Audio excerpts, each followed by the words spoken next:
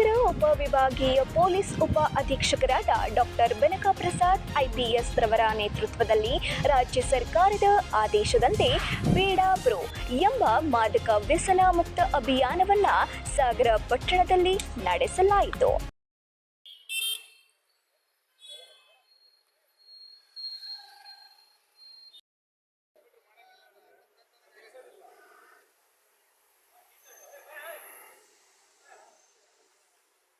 ಈ ಸಂದರ್ಭದಲ್ಲಿ ಪ್ರತಿಕ್ರಿಯಿಸಿದ ಪೊಲೀಸ್ ಉಪಾಧೀಕ್ಷಕರು, ಕರ್ನಾಟಕ ರಾಜ್ಯದಲ್ಲಿ ಗಾಂಜಾ ಸೇರಿದಂತೆ ಮಾದಕ ವ್ಯಸನ ನಿಯಂತ್ರಣಕ್ಕೆ ಹೊಸ ಸರ್ಕಾರ ಯೋಜನೆಯನ್ನ ರೂಪಿಸಿದೆ.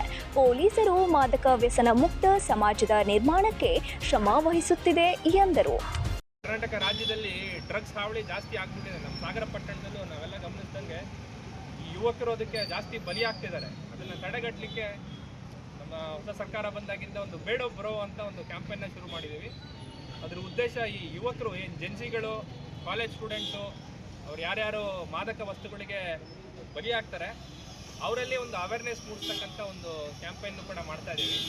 ಅದನ್ನು ಇವತ್ತು ಒಂದು ದಿವಸ ಮಾಡಿದ್ವಿ. ಮತ್ತು ಪ್ರತಿದಿನ ನಮ್ಮ ಸಿಬ್ಬಂದಿಗಳು ಬೀಟ್ ಗಸ್ತು ವ್ಯವಸ್ಥೆಗೆ ಅಂತ ಹೋದಾಗ, ಬೀಟ್ ಜಾರಿ ಮಾಡಲಿಕ್ಕೆ ಹೋದಾಗ, ಈ ಸ್ಕೂಲ್ ಮೈದಾನಗಳಲ್ಲಿ, ಶಾಲಾ ಕಾಲೇಜುಗಳ ಆವರಣಗಳಲ್ಲಿ ಯಾರಾದರೂ ಸ್ಟೂಡೆಂಟ್ಸ್ ಇದ್ದರು ಅಂತಂದರೆ ಅವ್ರನ್ನೆಲ್ಲ ಒಂದು ಹತ್ರ ಸೇರಿಸ್ಬಿಟ್ಟು ಈ ಮಾದಕ ವಸ್ತುಗಳ ದುಷ್ಪರಿಣಾಮಗಳ ಬಗ್ಗೆ ಒಂದು ಅವೇರ್ನೆಸ್ ಕೊಡ್ತಕ್ಕಂಥ ಒಂದು ಕ್ಯಾಂಪೇನ್ನು ಕೂಡ ಮಾಡಿದ್ದೀವಿ.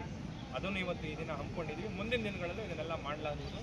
ಎಲ್ಲ ಸಾಗರಿಕರು ನಮ್ಗೆ ಕೋಆಪ್ರೇಟ್ ಮಾಡಿ ಮತ್ತು ಆ ರೀತಿಯಾದ ಮಾದಕ ವಸ್ತುಗಳ ಬಳಕೆಗೆ ಯಾರಾದರೂ ತುತ್ತಾಗಿದ್ದರೆ, ವ್ಯಸನಿಗಳು ಯಾರಾದರೂ ಇದ್ದರೆ ಅದಕ್ಕೆ ನಾವು ಸನ್ಮಿತ್ರ ಅಂತಲೂ ನಮ್ಮ ಕರ್ನಾಟಕ ಪೊಲೀಸ್ ವತಿಯಿಂದ ಒಂದು ಕಾರ್ಯಕ್ರಮನ ಹಮ್ಮಿಕೊಂಡಿದ್ದೀವಿ. ಜೊತೆಗೆ ಶಾಲಾ ಕಾಲೇಜುಗಳ ಆವರಣ ಮತ್ತು ಮೈದಾನಗಳಲ್ಲಿ ಹಾಗೂ ಸಾರ್ವಜನಿಕ ಸ್ಥಳಗಳಲ್ಲಿ ಬೇಡ ಬ್ರೋ ಕುರಿತು ಅಭಿಯಾನವನ್ನ ಜನಜಾಗೃತಿ ಮೂಡಿಸುವ ಮೂಲಕ ಯುವಕರು ಹಾಗೂ ವಿದ್ಯಾರ್ಥಿಗಳಲ್ಲಿ ವ್ಯಸನದಿಂದ ದೂರ ಉಳಿಯುವಂತಹ ಜಾಗೃತಿಯನ್ನ ಮೂಡಿಸಲಾಗುತ್ತಿದೆ ಎಂದರು. ಈ ಸಂದರ್ಭದಲ್ಲಿ ಪೊಲೀಸ್ ಇಲಾಖೆಯ ವಿವಿಧ ಅಧಿಕಾರಿಗಳು ಹಾಗೂ ಸಿಬ್ಬಂದಿಗಳು ಪಾಲ್ಗೊಂಡಿದ್ದರು. ರವಿ 9 ಲೈವ್ ನ್ಯೂಸ್ ಸಾಗರ.